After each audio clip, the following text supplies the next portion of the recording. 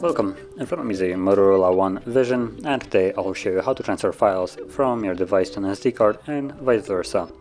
So to get started, let's open up the Files app. So it's right here. And from here we will want to go into three dots, and you can see the SD card only. So let's see if we can change that by show internal storage. So I'll tap right here, and now we should see both of them. There we go. So let's go to the internal one, and from here you have all these folders. Now each one of them has different files, but the most important ones would be the DCIM, the downloads, and depending on the device, pictures. So DCIM will have any kind of file, photo, video that you have captured with the device. Pictures will contain most of the time screenshots, unless they're visible in here, which I'm not sure if there are or not.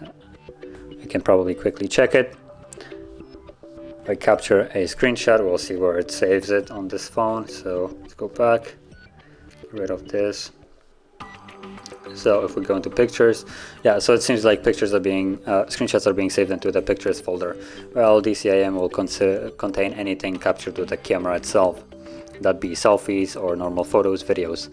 And then download folder will contain anything that you have downloaded throughout either emails, just the web browser, any kind of file that could be image, music, documents, whatever it is, it will always be in the downloads folder. And the rest of the folders like music, movies, contains files that you have placed there yourself, so you most likely know that it's in there. So starting off, we're gonna find our files that we want to move, which for me is gonna be this one image right here, and it's located in the camera under the DCIM folder. So you want to select the image, or well, in your case, whatever it is, it could be any kind of file, but you do it the same way by simply holding it, get selected, and the blue check mark right here, and then additional files, you can just tap on them, simply just tap on them instead of holding them, and they will have added check marks. So let me just quickly show you what I mean.